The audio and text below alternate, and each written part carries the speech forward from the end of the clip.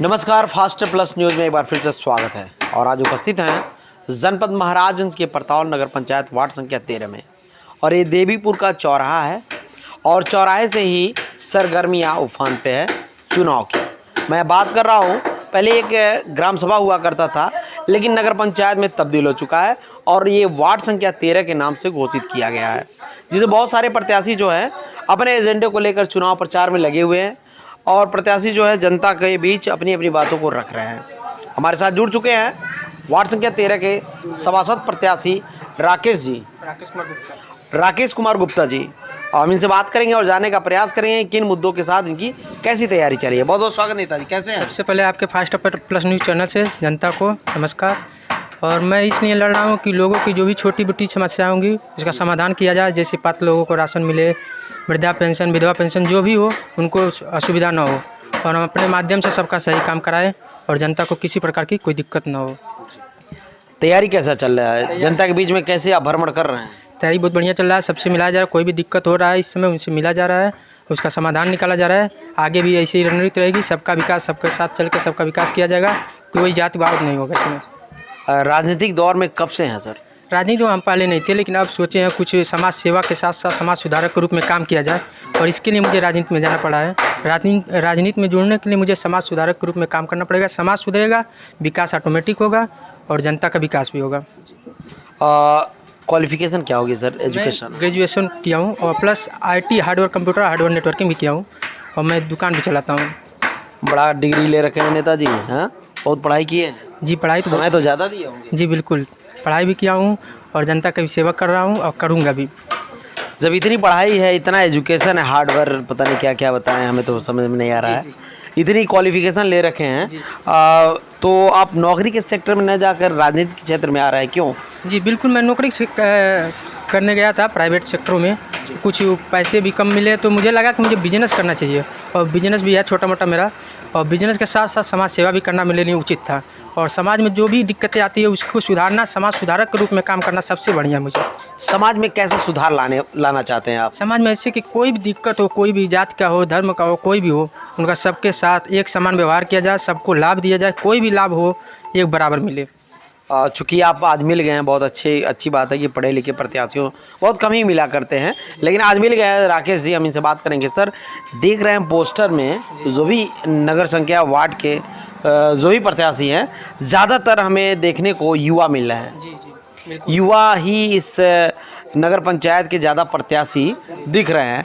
तो सर, हम आपसे जानना चाहेंगे युवाओं का राजनीतिक क्षेत्र में आने का क्या वजह है? क्या बेरोजगारी है, क्या अन्य क्षेत्र? नहीं, युवाओं का बेरोजगारी तो नहीं है कुछ खास, लेकिन युवा ही रहेंगे तो विकास अच्छा होगा। मान लीजिए जो बुजुर्ग हो चुके, जो राजनीतिक क्षेत्र से आगे चल के हट भी सकते हैं, तो जो युवा रहेंगे वो विकास करेंगे, आगे उनका बढ़िया प्लान रहेगा, बढ़िया विकास होगा। जी बिल्कुल। तो नगर वार्ड संख्या 13 के आप सभासद प्रत्याशी हैं, तो अभी आपका एरिया कहाँ से कहाँ तक है? मेरा एरिया धनगढ़ा का कुछ हिस्सा है और इमिलिया एक ग्राम सभा था धर्मौली में, उसमें कट के हुआ है। धनगढ़ा इमिलिया वार्ड नंबर 13 लोहिया नगर में हुआ है। कितने वोटर्स हैं आप? इस समय अभी 696 वोटर्स हैं। कुछ परिवर्तन हो रहा है, संशोधन हो रहा है, हो सकता है कुछ बढ़े और कुछ घटें। जी, इस समय नगर वार्ड संख्या 13 में क्या जेन्युइन समस्या आपको देखने को मिले, चूँकि जनसंपर्क कर रहे हैं कि नहीं? जी बिल्कुल बिल्कुल। समस्या यही थी कि कुछ जगहों पे, बाकी तो ठीक है, कुछ जगहों पे थोड़ी सी सड़क का भी दिक्कत है, नाली की भी दिक्कत है। बहुत बुजुर्ग लोग हैं जिनका पेंशन रुक जाता है, कोई बनवाता नहीं है, उनकी भी हेल्प हो जाएगी। कुछ पात्र लोग हैं जिनको राशन नहीं मिल पाता है, कुछ पात्र लोग हैं जिनको आवास नहीं मिलता है तो बहुत दिक्कतों का सामना करना पड़ता है। इन लोगों का सुधारना, इन लोगों को समस्याओं का हल करना ही मेरा लक्ष्य है। देखा जा रहा है नगर वार्ड में तो कुछ भ्रांतियां चल रही हैं, कुछ लोग गलत काम कर रहे हैं, रुपये की वसूली कर रहे हैं आवास के नाम पे, पेंशन के नाम पे, वृद्धा पेंशन के नाम पे, विधवा पेंशन के नाम पे। तो उन्हें क्या सुझाव देना चाहेंगे, क्या सचेत करना चाहेंगे? मैं तो यही सुझाव देना चाहूँ, किसी को पैसे मत दिया जाए। जो भी हो, आपके नगर में सभासद हो, नगर पंचायत के जो भी अध्यक्ष हों, उनसे कहा जाए, नगर पंचायत कार्यालय पर मिला के उनको समाधान किया जाए। पैसे की कोई दिक्कत नहीं, पैसा न दिया जाए और सबका काम सही से हो जाए। वार्ड में देखा जा रहा है आपके, चूँकि वार्ड जो है आपका ग्रामीण क्षेत्रों से होके जाता है, जल जमाव की स्थिति यहाँ बनी रहती है, जल निकासी की कोई व्यवस्था नहीं है, घरों तक पानी यहाँ पहुँच जाती है बरसात के। तो इसके ऊपर क्या कहना चाहिए, इसके बारे में क्या बताना चाहिए? जी, मेरे वार्ड में तो अभी बहुत ही कम दिक्कतें हैं इस तरह का, और जो भी दिक्कतें होगी उसका समाधान किया जाएगा। जहाँ भी दिक्कतें आएंगी उनको नाली निकलवा के एक जगह एकत्रित करके गिराया जाएगा। और अभी तक तो ठीक ठाक था, अभी जो भी दिक्कतें होगी आगे हम लोग समाधान करेंगे जो भी होंगे।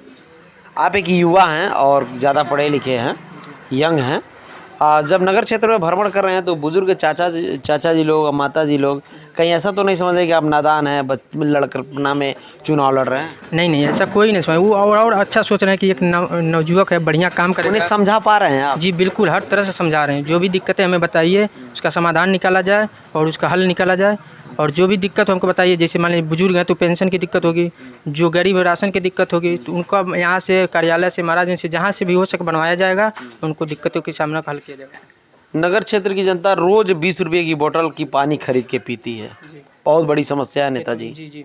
कैसे इस पर निजात पा सकते हैं? अब इसमें यही है कि जो पानी सप्लाई है हमारे परताल से आ रही है, तो उनको घरों तक टोटी द्वारा पहुंचाया जाए और सबको शुद्ध पानी मिले, ताकि जो भी बुखार हो रहे हैं, खांसी हो रही है, इन सब से बच के अच्छी मतलब स्वास्थ्य का प्रचार किया जाए। जनता का आरोप है कि नेताजी लोग चुनावी मुद्दे पे बहुत अच्छी चर्चा परिचर्चा करते हैं, चुनाव जीतने के बाद सारे वादे को भूल जाते हैं और उनसे मिलना तो दुर्लभ हो जाता है। क्या कहना? जी बिल्कुल, ये तो सही चीज़ है, लेकिन जो ऐसा करेगा उसको जनता आगे चल के उसको हटा देगी। जो सही काम करेगा, जो फिर जीतने के बाद भी वही क्रम जारी रखेगा, मिलता जुलता रहेगा, सभी समस्याओं का समाधान करेगा, फिर जनता उनको चुनेगी। जो नहीं करेगा उसको नहीं चुनेगी।